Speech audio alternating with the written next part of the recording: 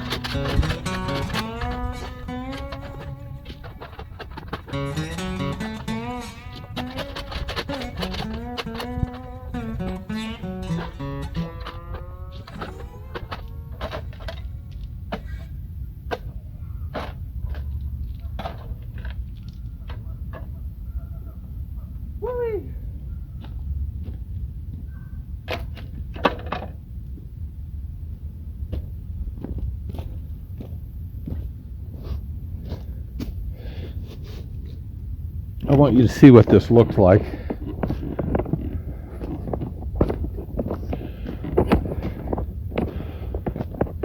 So I've got that all dug out.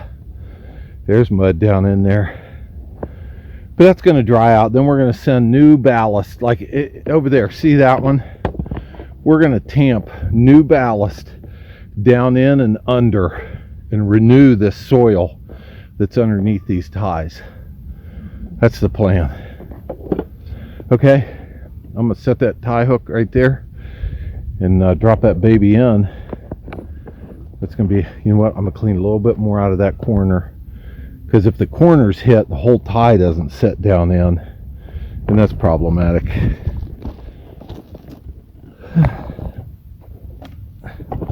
So it's passing out from hunger. That's problematic.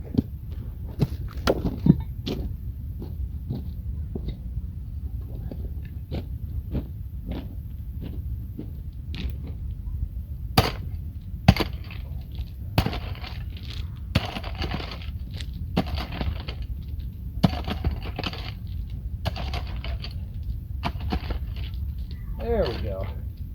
That'll go down in there now.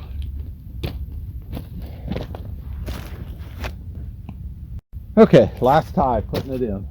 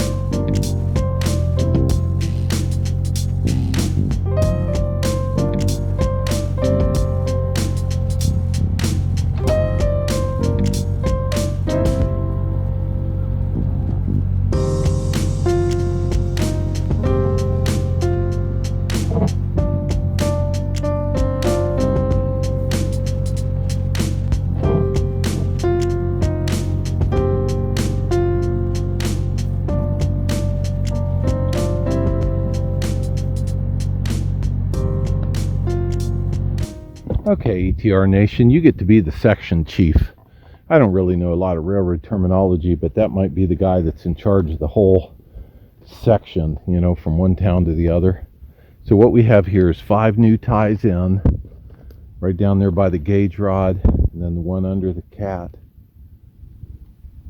Wait a minute. Is there 2 right? Yeah, there's 2 right there. 2 under the cat, and then these 2 right here. This is the one I just put in. I showed you before I dropped it in. I am really happy to have those in. Next, we have got to get that tamping machine running. So this is going to sit like this for a little bit. Hate to have it out of service like this, but the tamper is next. Then we'll drag the rail back over the top, put the tie plates under it, learn about plugging and spiking. I forgot if I said once already, nothing would make you enjoy the machines, meaning the tamper and the tie remover and the track lifter, like doing this by hand. I now have a new understanding of productivity and how long it takes and how much physical effort it takes. So I am going to step back and reflect on a great day. Then I'm going to load all these hand tools up on the cart and then push it back down to where the 550 is. I think we'll take the cat back this time because we're done here for a little bit. ETR Nation, thank you so much. Your comments, you guys are spot on the majority of the time. And those of you that are learning, feel free to comment and ask. There's a wide variety of people here, and I want you to know you're all welcome. You're from every walk of life, and not every continent, but several continents, and you're all welcome. Every last one. Chime in, say how you feel. If you think I'm an idiot, just use a small I, not a capital I. Thank you, ETR Nation. BW out.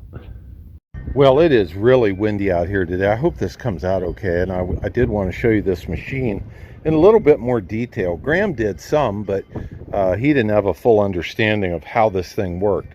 So I did have success removing ties with the mini excavator, but that's just not the way to do it. This is the way to do it. So as this machine sits here, which is the way we bought it and the way it got shipped in, I'm walking around looking at it going, what, how, where does this piece go? So I'm going to go get the mini excavator. We're going to pick this assembly up and put it where it goes. It goes on that end. So this is a Canron rail group, sometimes called a SGR, which is well, I've got the tie removing head picked up and moved over here, and I did go in and get a cup of coffee. Not any old cup of coffee. That big old mug right there is a present from a subscriber. Thank you so much. You're my friend, and I really appreciate that. He also sent a pound of Black Rifle coffee. That means a lot to me. So right now, you and I are working on this, sharing a cup of coffee. You're all appreciated so much. I have the cup up there to keep it warm. Well, no, the engine's not warm yet, but we're going to find out here in a minute if it'll pull over. There's a head bolt missing, which concerns me a little bit. Let's look at the dipstick. This isn't my goal right now, is to look at the engine, but since we're talking and drinking coffee, well, I'm going to give that. It's oil. It does not have water in it, and it smells good. It smells like it maybe have a little bit of gasoline in it. But man, that's a big old cast iron block. I know what you guys were saying. Replace it with a Harbor Freight. Oh, that linkage just locked up. That's not good, but not overcomable. So we'll see. I agree. What that engine does, it drives this hydraulic pump. This is the hydraulic tank, part of the frame. So right now what I'm doing, I'm undoing, one of these popped off nicely. Quick disconnects on the hydraulic cylinders. Let me get that one off so we can turn this over. This is going to go down in that hole. I'll be right back if I can get it done. Thank you again for the mug and the coffee. I'm going to move it so I don't spill it.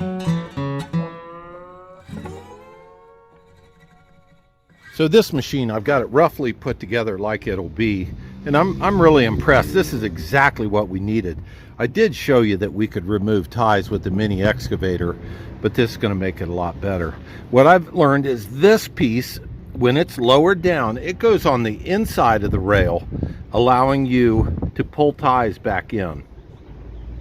When this is against the outside of the rail, it allows you to push ties out. Now this cylinder, which is the squeeze cylinder, looks really good. I'm happy about that.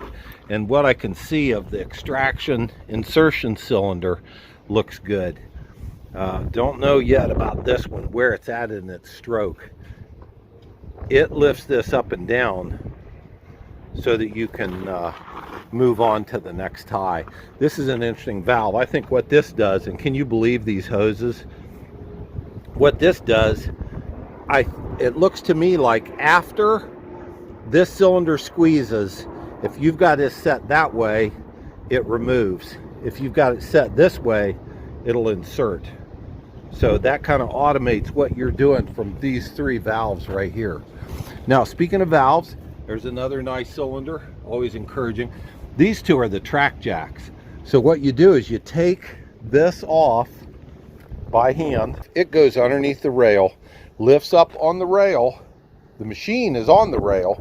It lifts the rail up off the ties so you can push ties out the end. Now, here's the gas tank, detached, laying, no sediment bowl. This has got pine straw on it from North Carolina. 4 valves. So 2 of them are track jack, probably the 2 outside ones. This is probably head up and down, and this is squeeze. So they're the 2 track jacks. What we're gonna, oh, these are interesting. These are so you can get this machine off the rail. There's a set of tires that went on the outsides there. So you could pick up on this. Again, this is when this was hard work. Pick up on those and roll this thing off the rail for an incoming train. So that's the remover. I am going to grab a couple tools and we're going to see what that engine will do. It won't run today, but we'll see if it'll turn over. We'll see if it'll make spark. By turn over, I mean pull over, rotate. So here it is. Here's the moment of truth. Will this engine turn over? Now I know it's not going to start. Carburetor linkage is that's interesting. It looks like the filter element numbers, but here we go. Will it turn over? Yeah. Oh yeah. Hear the compression? Now that sounds to me like an engine that would like to start. I don't know how long since it's been run, but let's see if it's got spark. That's next. I did meant to say, do you see how bad these hoses are? They're toast. Hoses are so bad, but I know how to replace those. I'm really impressed with this machine. This is going to up our game quite a bit. You know, at DTR, things are kind of always on the improve. We're not standing still. If you go back and look at our early videos, I didn't know we'd be this far along. I guess I planned on it, but just didn't know we'd have our own track equipment. And I'm so glad I don't have to do tire removal the hard way anymore. I proved it could be done, but we don't have to do it the hard way anymore.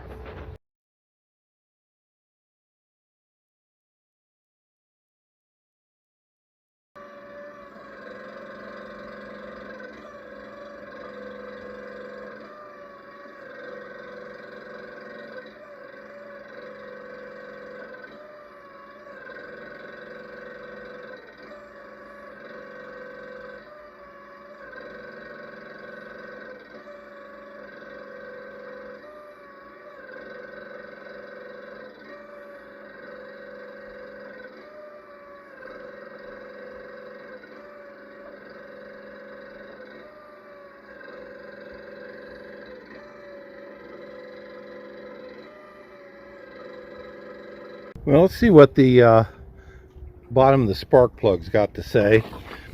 It is 7/8. Threads look really nice. That doesn't mean much, but huh. Well, let's see if it's got spark. Now the problem with doing that, this is the old rope start. I don't have a rope for that. I've got some rope laying around, but I'm not used to starting stuff by the rope. Nor do modern workers. They want electric start. We'll see. Hang on. Hey, would you do me a favor? Put your coffee down and watch for spark. I'll pull the rope. If this doesn't work, you're gonna have to hang on to the spark plug, so watch closely. I couldn't see it. Did you see any? Okay, ETR Nation, I need your help. I don't think we have spark. Do you know what this item is? And is this a rotating grounding switch? It looks like maybe that's pivots, but I would think that would be turning it on. Also, this looks like it should have a wire leading up to it. Now that's maybe, let's see, that would be the ground possibly, which would shut the engine off. So a little bit of background on this, and let me give you a better view of the plate. If we can get anything off of this, I don't know.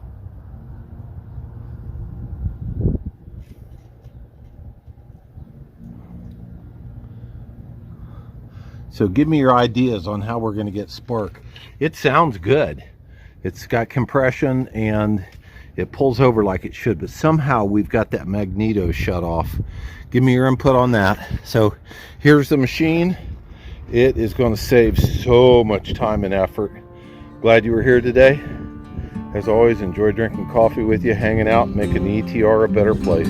Thank you so much.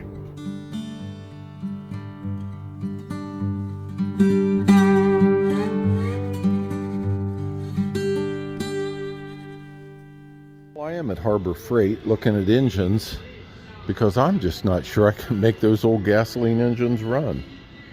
Now, what I'm looking at is pretty sizable engines in the $449 range. This is 8 horsepower for 300. What I don't know is shaft size. I'll have to go borrow a tape measure from them, and although I can adapt that. 6.6 15 horsepower for 2. Man, I can't fix up those old engines for that. This is what you guys were talking about. I get it now. Well, thanks for the input. Thanks for the input. Get the pun. I'm pretty sure the hydraulic mount will go on here. So I'll go get some dimensions. I was driving by and just wanted to see.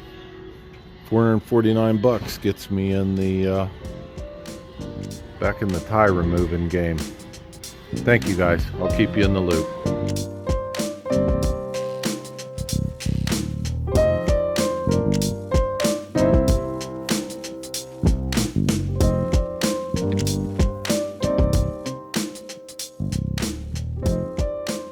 Well, you know, after going to Harbor Freight, I don't even think I'm going to work on this engine.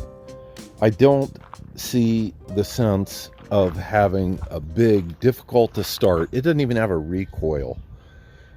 I hate to throw it away, and I love old iron, and I love stuff made in the U.S.